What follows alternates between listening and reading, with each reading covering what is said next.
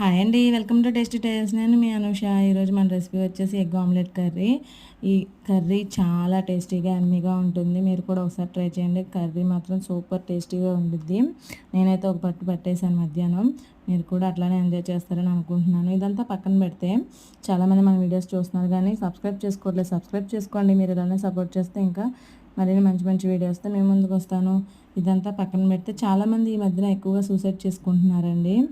ఎవరో ఏదో అన్నారని మీరు సూసైడ్ చేసుకుంటే మీ జీవితమే పోయిద్ది, కానీ వాళ్ళ జీవితానికి ఏంటండి శుభ్రంగా ఉంటారు, వాళ్ళకేం వాళ్ళు బాగానే ఉంటారు. సో నేను చెప్పేది ఏంటంటే వాళ్ళు అన్నారని ఫీల్ అయిపోయి ఏదో సూసైడ్ చేసుకోకుండా వాళ్ళకి అక్కడికక్కడే గట్టిగా సమాధానం చెప్పేసి తిరిగి మన ఎదుగుదల చూసి వాళ్ళే సిగ్గుతో చచ్చేలాగా అలా మనం బాగుపడాలి. అంతేగాని దయచేసి మీరు మాత్రం సూసైడ్ చేసుకోకండి.